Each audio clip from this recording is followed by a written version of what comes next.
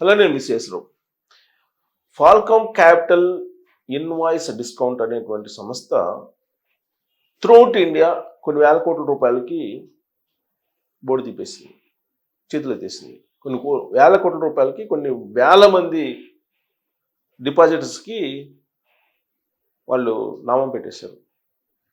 ఎందుకు అసలు వాళ్ళు ఎవరు అనే దాని మీద చర్చ జరుగుతుంది.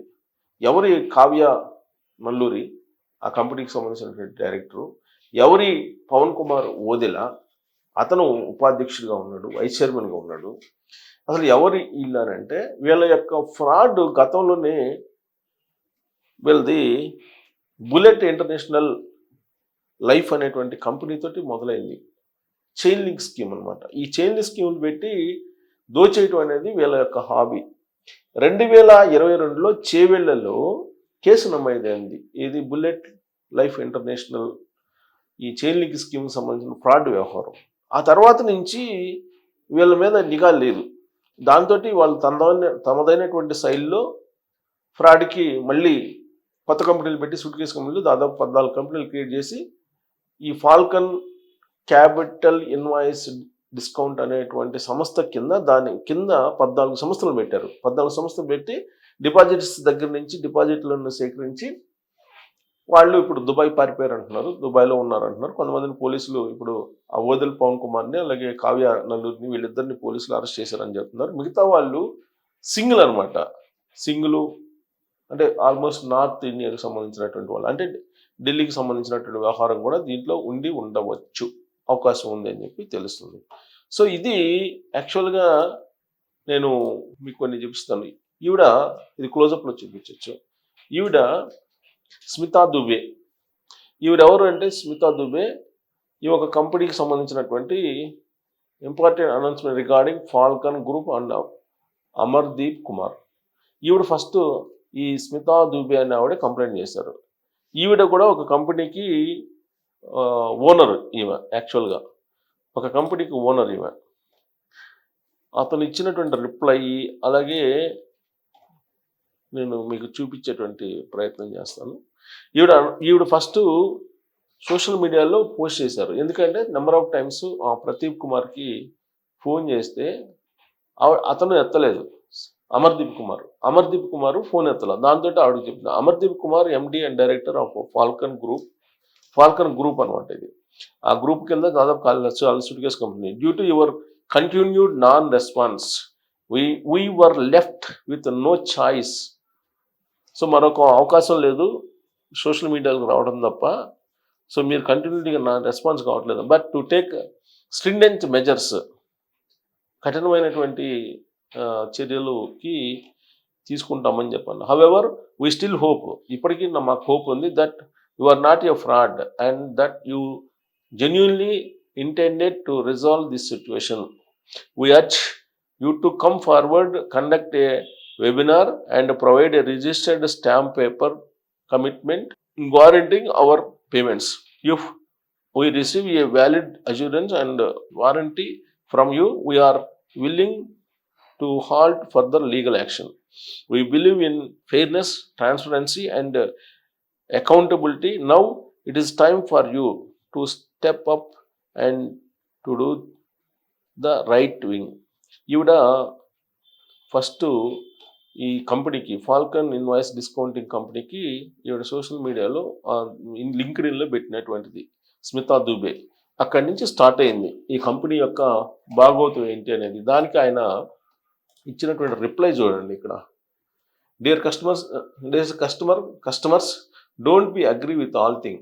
We are paying repayments. If I run way then how you getting assurance email. We are working hard to make investors happy. Otherwise, Smita didn't get her repayment amount. So indirectly నీ పేమెంట్ ఇలా mails పెట్టి లేదంటే ఇలా చేస్తే రావని. We are trying to clear. I know some amount are pending. We are planning and try to sale my share and assets to take care investors. Please give us positive reviews and make Falcon run. Don't make Falcon fun. Since many years, we did our commitments and best returns to our investors. Regard Amar Singh. ఈ అమర్ సింగే ప్రతాప్ కుమార్. మరి అమర్ సింగ్ కింద ఇక్కడ ఎందుకు coat చేస్తున్నాడో తెలియదు. ఈ Amar సింగే Amar Pratap Singh. So ఇదంతా north వ్యవహారం లాగా కనిపిస్తుంది ఫ్రాడ్. సో దీంట్లో ఓదేలు పవన్ కుమారు, అలాగే మరి కొంతమంది తెలుగు వాళ్ళు, నల్లూరి కావ్య, వీళ్ళిద్దరు ఫోటోల కోసం ఎత్తుతున్నా దొరకట్లేదు. ఇదిగో ఇతను అమర్దీప్ కుమార్ సింగ్ అనమాట. ఇతను యాక్చువల్గా అమర్దీప్ కుమార్ మాత్రమే పెట్టుకున్నాడు అనమాట. దీంట్లో ఈ రిపోర్ట్స్ ప్రకారం చూస్తే కనుక ఈ పవన్ కుమార్ ఓదెల, కావ్య నెల్లూరి వీళ్ళిద్దరిని అరెస్ట్ చేశారు ఇప్పుడు పోలీసులు. వీళ్ళు గతంలోనే చైన్ లింక్ స్కీమ్ పెట్టేసి చాలా మందిని మోసం చేశారు. వీళ్ళ కంపెనీ వచ్చేసి ఇప్పుడు present Falcon capital invoice discounts అనేది ఇది హైటెక్ సిటీలో ఉన్న హుడా ఆఫీస్లో ఉంది. ఇది హైటెక్ సిటీలో ఉన్న హుడా ఆఫీస్లో. సో ఇది ఫ్రాడ్కి పాల్పడింది. ఇప్పుడు ఈ ఫ్రాడ్కి పాల్పడిన కంపెనీకి సంబంధించి సోషల్ మీడియాలో రకరకాలుగా వస్తున్నాయి. వీళ్ళు మెయిన్ ఎక్కడంటే వీళ్ళు 25,000 నుంచి 9 లక్షల వరకు మీరు కట్టండి అని చెప్పారు. దాంతో 4 ఏళ్లలో 7,000 మంది నుంచి వీళ్ళు దాదాపు 1,700 కోట్లు వసూలు చేశారని అంటున్నారు. ఈ స్టార్టింగ్లో అయితే వడ్డీతో సహా కొంత చెల్లించారు. అయితే కొన్ని నెలలుగా 850 కోట్ల రూపాయలు ఆపేశారు. దీన్ని 14 కంపెనీల పేర్ల మీద డైవర్ట్ చేశారు. ఇక్కడే వాళ్ళ ఫ్రాడ్ బయటపడింది అనమాట. యాక్చువల్గా వాళ్ళ ఫ్రాడ్ బయటపడింది ఇక్కడే. ఈ ఫ్రాడ్ బయటపడంతో వాళ్ళు ఇప్పుడు ఈ మెయిల్స్కి కానీ లేదా ఇతర ఈ కస్టమర్స్ ఆందోళనకు కానీ వీళ్ళు ఎక్కడ కూడా రెస్పాండ్ కావట్లేదు. జస్ట్ వీళ్ళు ఈవిడ స్మితా దుబే, ఈవిడ కూడా కంపెనీ ఓనరు. తమాషా ఏంటంటే వాళ్ళ కంపెనీకి సంబంధించినటువంటి డబ్బుల్ని అక్కడికి పెట్టారు ఆవిడ కూడా. సో స్మితా దుబే అన్న ఆవిడ. సో ఈ పెట్టిన కంప్లైంట్తో ఇవన్నీ బయటకు రావడంతో ఇప్పుడు ఫ్రాడ్ అంతా బయటకు వచ్చింది. సో ఇలాంటి వాటిని కట్టడి చేయాలంటే ఏం చేయాలి? అవేర్నెస్ కల్పించాలి పబ్లిక్లో. దాని బాధ్యత ఎవరు తీసుకోవాలి? ప్రభుత్వం తీసుకోవాలి. కానీ ఆ పని చేయాలి. పైగా ఆల్రెడీ చేవేళ్లలో 2022లో కేసు నమోదైంది వీళ్ళ మీద. మరి కేసు నమోదైనటువంటి వాళ్ళు మళ్ళా వీళ్ళు చేస్తున్నారు ఫ్రాడ్ అని అంటే, గత 4 ఏళ్ల నుంచి ఇదే పనిలో ఉన్నారంటే, మరి ఈ సూట్ కేసు కంపెనీలు, ఈ డ్రగ్స్ వ్యవహారం నడిపినటువంటి వాళ్ళు, డ్రగ్ ఫెడ్లర్లు, వీళ్ళందరూ లేకుండా ఉంటారని మనం ఎలా అనుకోవాలి? యాక్చువల్గా హైదరాబాద్ కేంద్రంగా చేసుకునే డ్రగ్ ఒక పెద్ద మాఫియా నడుస్తుంది. దానికి మనీ లాండరింగ్ జరిగిందని చెప్పి కూడా అప్పట్లో ఈడీ ఎంటర్ అయింది. ఇప్పుడు లైగర్ సినిమా టైంలో ఈడీ ఎంటర్ అయ్యి ఫ్రాడ్ మీద ఎంక్వైరీ చేసింది. అంటే సినిమాలు విడుదలైనప్పుడు చాలా సందర్భాల్లో ఇదంతా వస్తుంది. ఏది మనీ లాండరింగ్ వ్యవహారం రావడంతో ఈడీ ఎంటర్ కావటం, ఇన్వెస్టిగేషన్ చేయటం, వెళ్ళిపోవటం. మరి ఈ 14 సూట్ కేసు కంపెనీలకు సంబంధించి మనీ ఎక్కడికి వెళ్ళింది? 1,000 కోట్ల రూపాయలు ఎక్కడికి వెళ్ళింది? వీళ్ళేమో ఆల్రెడీ దేశం దాటి దుబాయ్కి వెళ్ళిపోయారు. ఒక ఇద్దరు మాత్రం దొరికారు. మరి దీని వెనుక మరి ఎవరున్నారు? ఇప్పుడు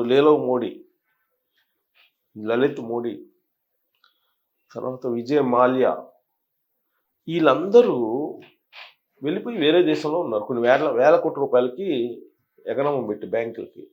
ఇలాంటి కంపెనీలు ఏమో ప్రజలకి నెత్తిన ఇలాంటి ఫ్రాడ్స్ చేసి వాళ్ళు ఏదో రూపాయికి కూడబెట్టుకొని వాళ్ళు డబ్బులు ఏదో వడ్డీకి ఎక్కువ వస్తుంది, లేదంటే షేర్ ఎక్కువ ఇస్తారని చెప్పి ఆశ చూపించి ఈ విధంగా ఫ్రాడ్ పాల్పడినటువంటి వాళ్ళని ఆర్థిక ఉగ్రవాదులుగా ఎందుకు ప్రకటించకూడదు? అలాగే వీళ్ళకి సపోర్ట్ చేసినటువంటి పార్టీలు ఏంటి, ఆ పార్టీలో ఉండే లీడర్లు ఎవరు, మనీ లాండరింగ్కి సంబంధించిన రిలేషన్ ఏంటి ఈ కంపెనీలతోటి అనే దాని మీద ఎప్పుడైనా ఎంక్వైరీ చేశారా?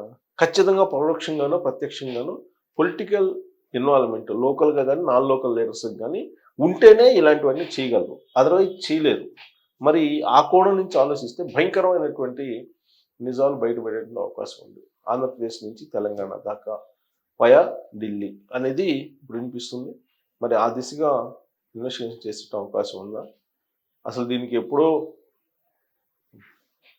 ఆల్రెడీ ఫ్రాడ్ చేసినటువంటి వాళ్ళు ఎప్పుడో పోలీస్ కేసుల్లో ఉంటే మళ్ళా ఫ్రాడ్ చేస్తున్నారంటే ఆ తప్పు ఎవరిది అనే దాని మీద కామెంట్ రూపంలో మీ అభిప్రాయాన్ని తెలియజేసి థ్యాంక్ యూ వెరీ మచ్.